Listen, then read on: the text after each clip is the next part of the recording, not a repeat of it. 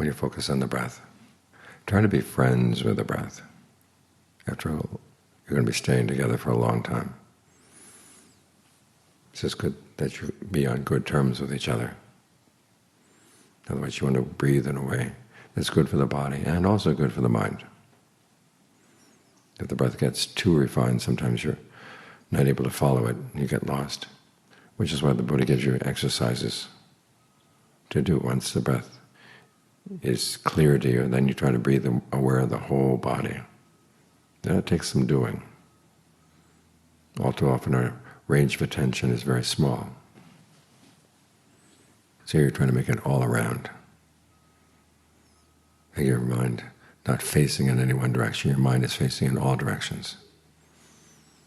Just because your eyes are facing forward in your head doesn't mean that that's the direction that your mind is facing. Have your mind all around. That takes some doing. But it establishes something really important, that when the breath gets really subtle, you'll be prepared for it. You can still maintain the whole body as your range of awareness. At the same time, as the mind gets expansive like this, it feels good, with the breath energy flowing throughout the whole body, and the mind expansive like this. It's good for the body, it's good for the mind. The more easily they can stay together. For your mind to go back to the past, to go to the future, it has to get very small again, so it can fit into those thoughts. But here you want to be bigger than your thoughts.